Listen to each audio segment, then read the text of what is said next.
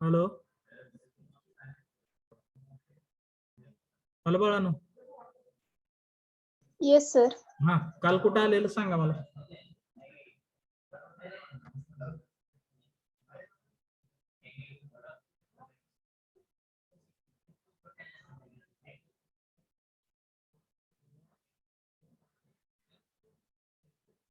लिहून घेताय ना. हॅलो, काय विचारलं मी, लिहून घेताय का?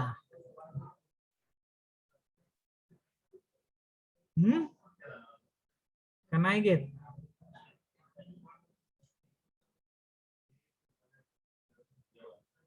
मिल्क वेंडरच झालंय ना एक्झाम्पल. येस सर झालं.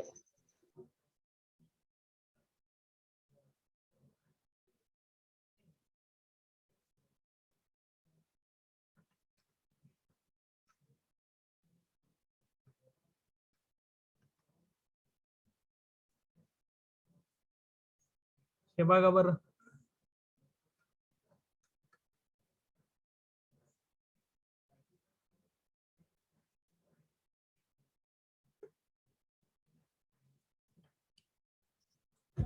झालंय का? येस सर झालं. शेवटचं कुठलं होतं सांगा म्हटलं तर कसं करताय? ह्याच्या पुढे झालंय का? नाही सर, हेच लास्ट आहे. हे लास्ट आहे का?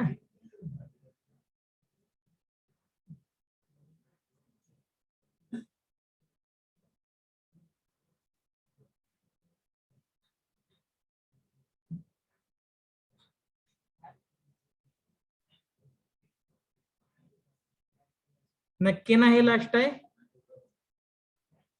Yes sir. ठीक आहे, पुढचे घ्या.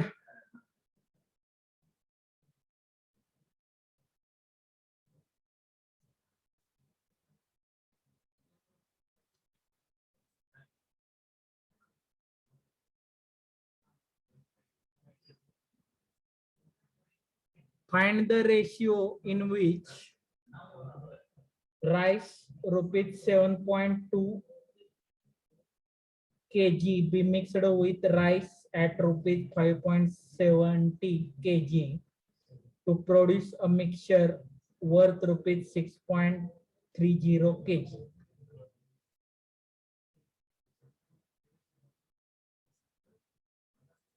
काढा रेशिओ याचा.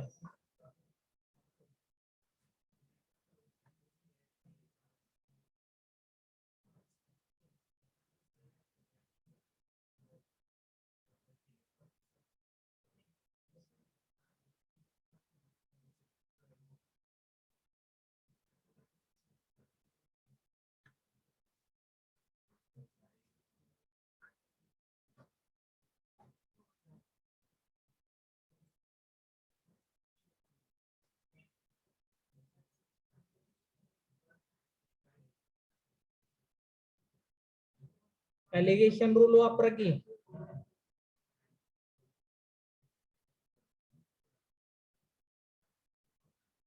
कालच्या एक्झाम्पल सारखं सेमच आहे.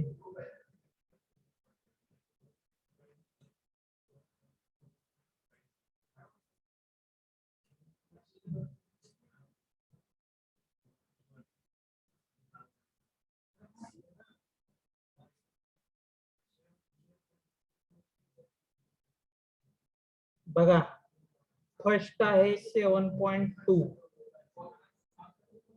सेकंड आहे 5.7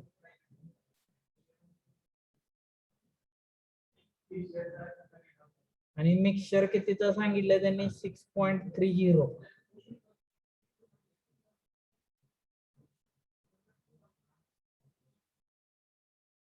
काय काय ते बघा.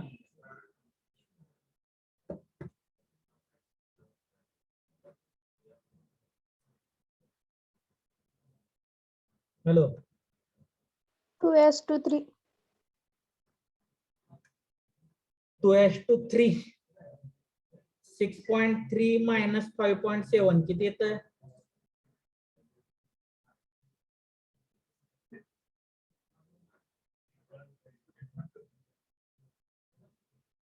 0.6.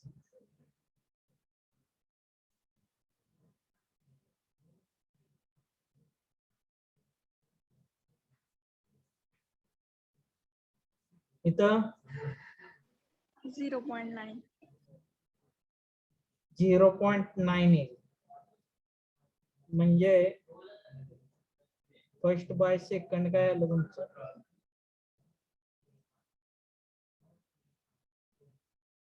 6/9. 2/3. 2:3. कळते काय? हॅलो, ते सोडवा.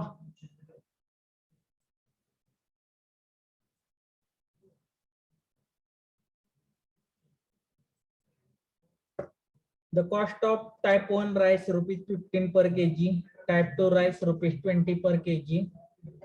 If both type 1 and type 2 are mixed in the ratio 2:3, then price per kg of the variety of rice is.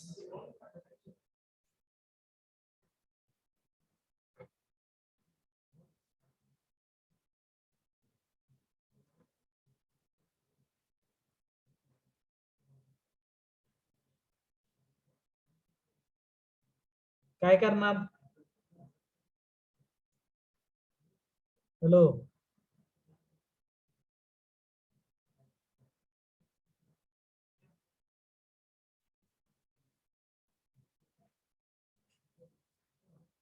बाळांनो काय करणार?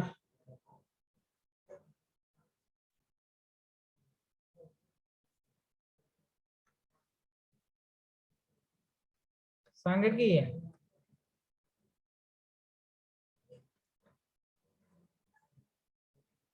ऍलिगेशन रूल कसा वापरायचा सांगितलेलं आहे की. फर्स्टच्या खाली काय लिहिणार?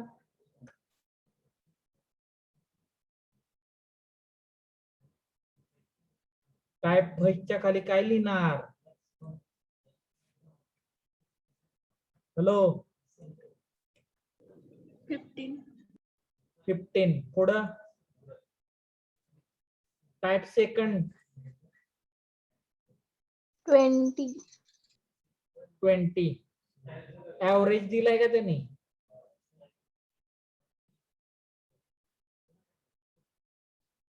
ऍव्हरेज दिलाय का? नाही दिलेला. तो एक्स मानतो मी. मग रेशिओ बघा, इथं 20 - x येईल आणि इथं x - 15 येईल. नॅचरली 15 आणि 20च्या मधला मीन हा 15 आणि 20च्या मध्येच येईल. म्हणजे 20 पेक्षा लहान आणि 15 पेक्षा मोठा. पुढं मग हा रेशिओ तुम्हाला दिलेला आहे त्यांनी 20 - x divided by x - 15 equal to 2/3.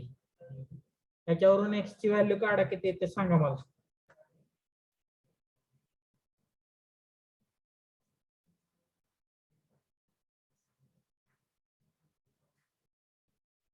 अठरा येते का? 18 स्ट्रेट फॉरवर्ड आहे की रे. 18 येते का? 20 20 - 18 2 x - 15 3.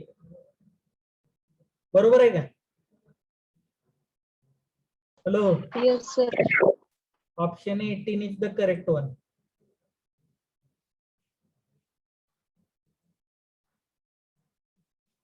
दिलंय ना का नाही? Yes. पुढे घ्या. अरे रेकॉर्डिंग चालू केलंय का? केलंय. ठीक आहे. How many kilograms of tea powder? झालंय का एक्झाम्पल? रे का नाही झालं? आय थिंक पहिलंच एक्झाम्पल होत आहे. झाले सर. हा,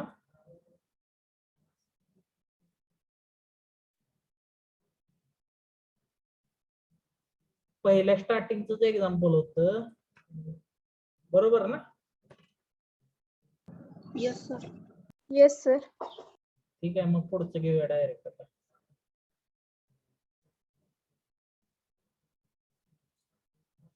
फाइंड द रेशिओ. अरे बापरे, हे पण झालेलंच आहे.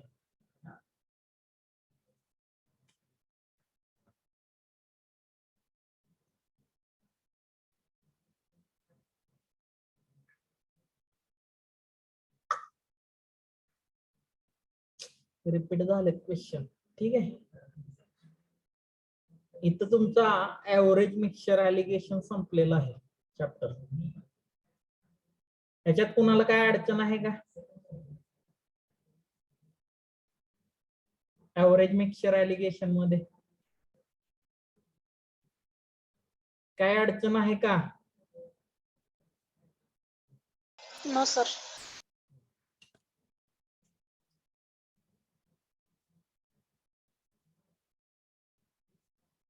नेक्स्ट आपण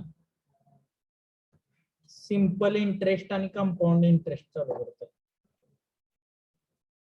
काय असतं रे सिंपल इंटरेस्ट म्हणजे?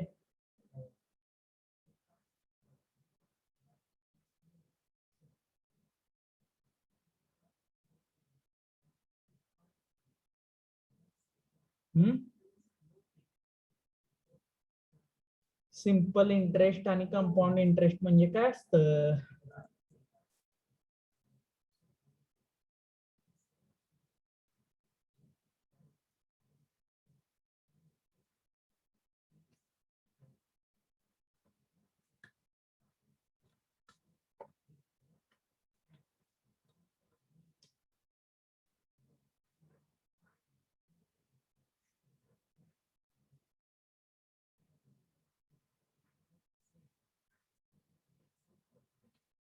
माहित आहे ना सिंपल इंटरेस्ट, कंपाऊंड इंटरेस्ट?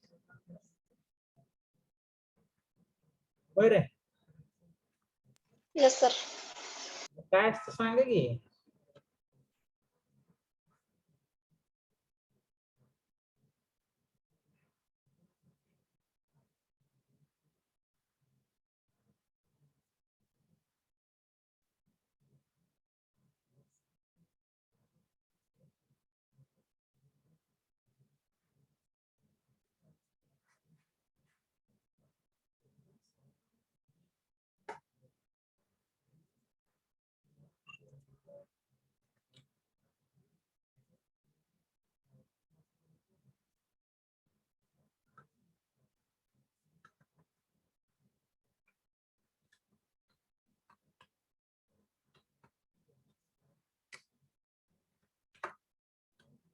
बरं, फॉर्म्युला माहित असला फॉर्म्युला सांगा.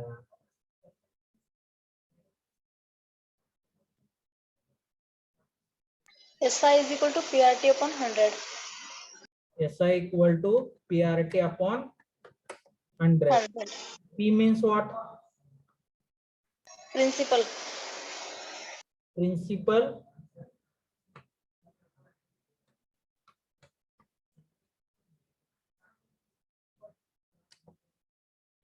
Principal amount. काय असते? इंटरेस्ट म्हटलं की अमाऊंट घ्यायची ते. लक्षात येते का? Hello. Yes sir. Principal amount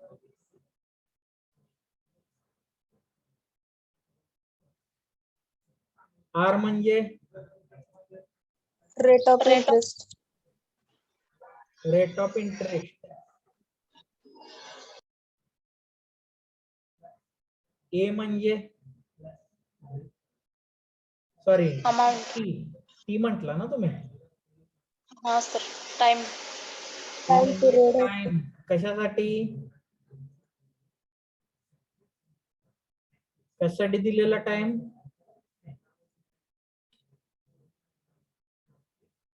time or period for which amount is taken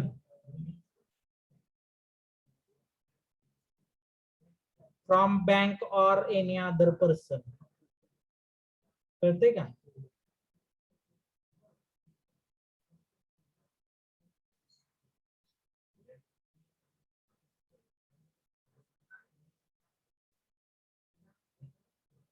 hello. Principal amount म्हणजे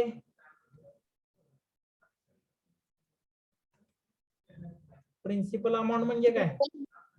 घेतलेला अमाऊंट. घेतलेली रक्कम, बरोबर ना? आपण Yes, बॉरो sir. केलेली रक्कम किंवा घेतलेली रक्कम जी असते त्याला प्रिन्सिपल अमाऊंट म्हणायचं.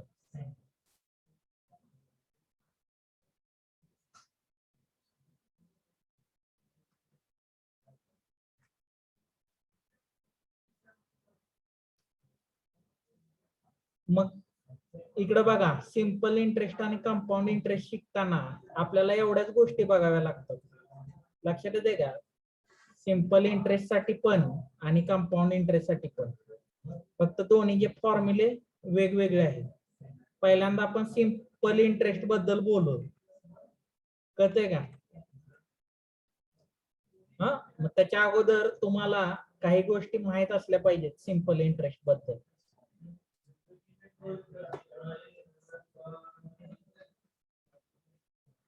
लिहा खाली.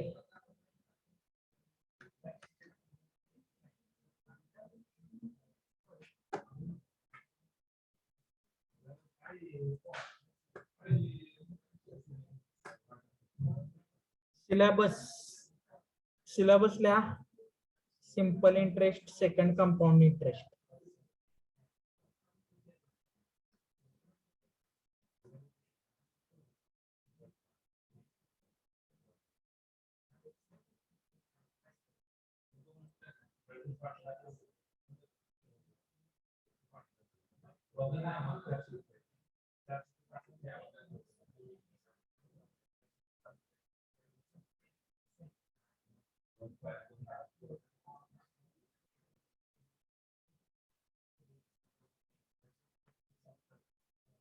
लिहिलं नाही?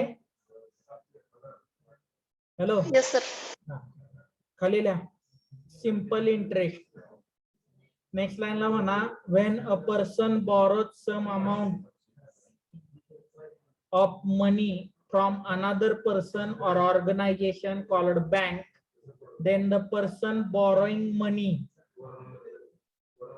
जो मनी घेतो त्याला बॉरोवर म्हटलं जातं, pays some extra money during repayment, repayment करताना जे एक्स्ट्रा मनी तो पे करतो त्या मनीला काय म्हटलं जातं? इंटरेस्ट म्हटलं जातं. हॅलो, कळते का? एखादी व्यक्ती एखाद्या व्यक्तीकडून, दुसऱ्या व्यक्तीकडून किंवा ऑर्गनायझेशन कडून किंवा बँकेकडून जेव्हा काही मनी उधार घेते आणि ते उधारी चुकवताना जे एक्स्ट्रा मनी पे करते त्या मनीला काय म्हटलं जातं? इंटरेस्ट म्हटलं जातं. लक्षात येते? Yes, sir. मग आता तुम्ही मगाशी मला जे सांगितलं, principal, amount, rate of interest, त्या सगळ्या गोष्टी म्हणजे बघा, प्रिन्सिपल म्हणजे काय? प्रिन्सिपल हा आपण कॅपिटल पी ने डिनोट करतो. Principal is the money borrowed or deposited for a certain time. Amount, the sum of principal and interest is called amount. Then amount जी असते ती प्रिन्सिपल प्लस सिंपल इंटरेस्ट असते. Rate of interest R, it is the rate at which interest is charged on principal. It is always specified. Rate of interest has specified असतो in percentage. Time, the period for which money is borrowed or deposited is called time. And then simple interest, if the interest is calculated on the original principal, जर interest फक्त original principal वर calculate केलेलं असेल तर त्याला simple interest म्हणतात. आणि जर इंटरेस्ट वर इंटरेस्ट कॅल्क्युलेट केला तर त्याला कंपाऊंड इंटरेस्ट म्हटलं जातं. कळतंय? हॅलो, हॅलो बाळा. Yes, sir. हे सगळे लिहून घ्या अगोदर, त्या सगळ्या गोष्टी लागतात आपल्याला. फॉर्म्युले जास्त नाहीयेत पण ह्या गोष्टी महत्वाच्या आहेत. अमाऊंट म्हणजे लक्षात ठेवा principal plus simple interest.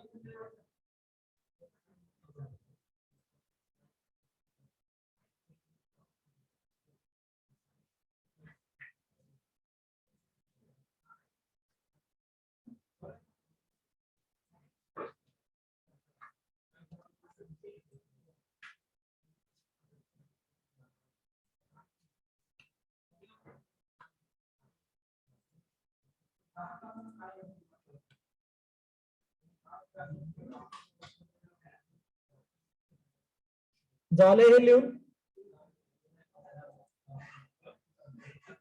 Hello, हे लिहून झालंय का? हॅलो, राहिले सर. हा, मग formula, basic formula related to simple interest. पहिला सिंपल इंटरेस्टचा formula PRT divided by 100.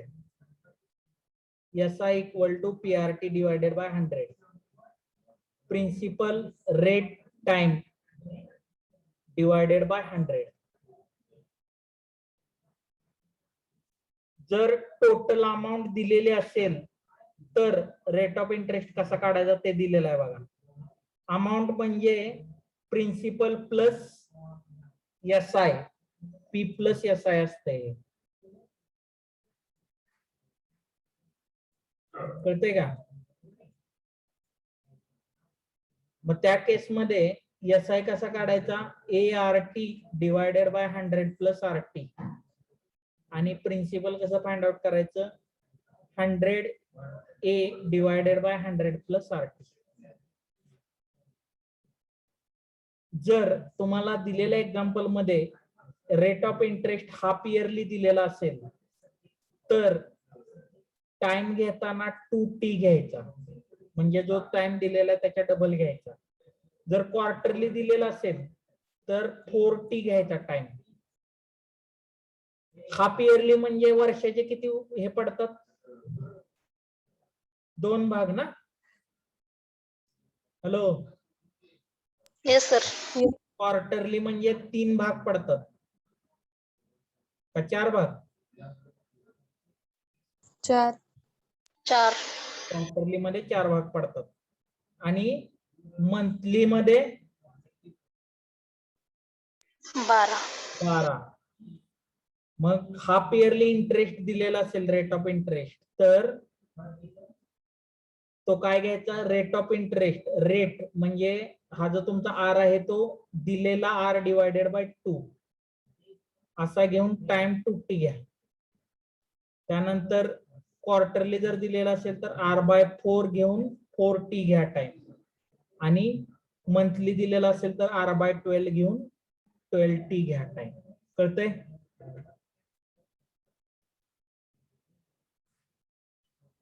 Formula लिहा. हा मेन फॉर्म्युला लक्षात ठेवा आणि हा पण एक लक्षात ठेवा. SI equal to ART divided by 100 plus RT.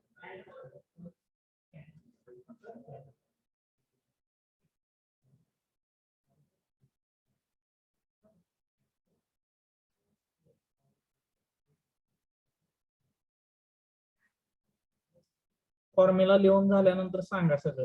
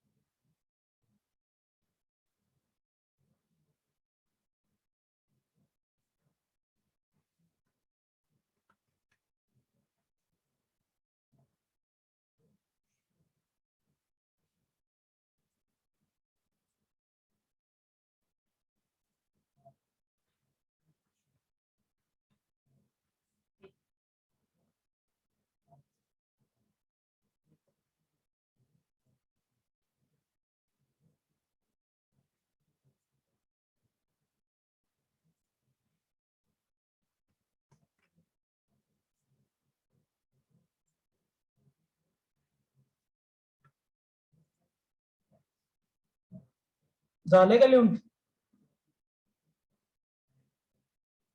Hello. Yes, sir. Yes, sir. SI equal to PRT divided by 100.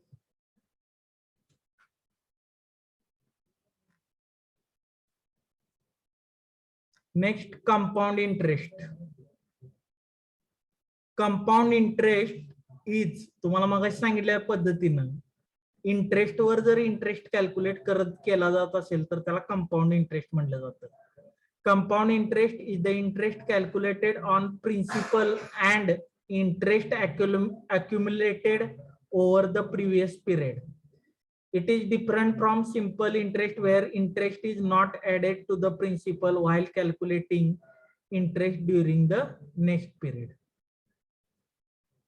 पूर्वीच्या वेळेसाठी जो इंटरेस्ट कॅल्क्युलेट केलेला आहे त्या इंटरेस्ट वरही जर पुन्हा इंटरेस्ट लागत असेल तर त्याला कंपाऊंड इंटरेस्ट म्हणलं जातं.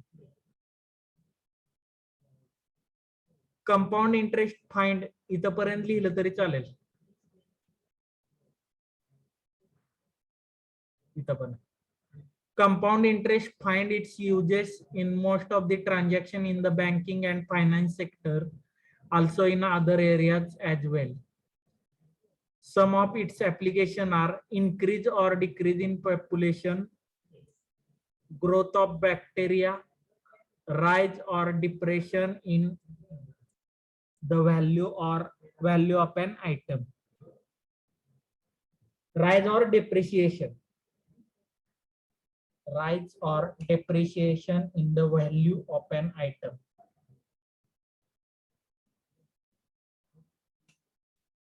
इथपर्यंत लिहिलं तरी चालेल आणि सम ऍप्लिकेशन म्हणा हे 2-3 ऍप्लिकेशन लिहा.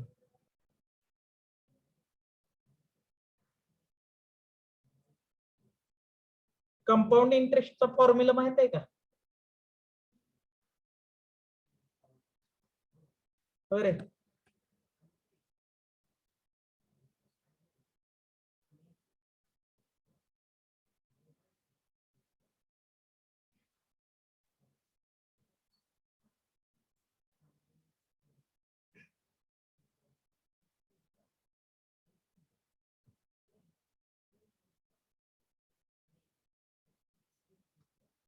हॅलो झालं काय?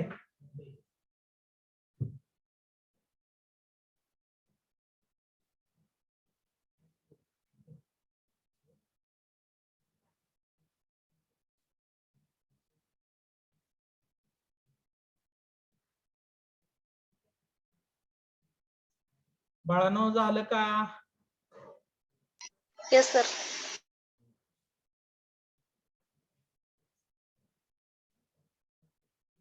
नेक्स्ट घ्या. Compound interest formula. Compound interest is obtained by amount minus principal. Principal denoted by P, rate of interest R, and time n years. Then rate of interest amount कशी calculate करायचं बघा. हे amount calculate करायचा formula हा पेरलीचा आहे. हा महत्वाचा आहे बघा. annually P into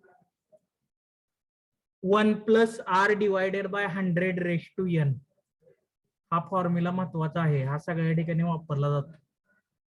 amount equal to P into 1 plus R by 100 raised to n. मग हाफ इयरली असेल तर R चा R/2 होतं मागाच्या ह्याच्या प्रमाणे आणि n चे 2n होतं. क्वार्टरली असेल तर R चं R/4 n चं 4n आणि compounded annually but time is in fractions से 3/2/5. जर टाइम फ्रॅक्शन मध्ये दिलेला असेल तर त्या केस मध्ये त्यांनी काय सांगितलंय की P into 1 plus R/100 raised to 3 करा आणि त्याला मल्टिप्लाय कशाने करा 1 plus 2/5. हा 2/5 सेपरेट घ्या.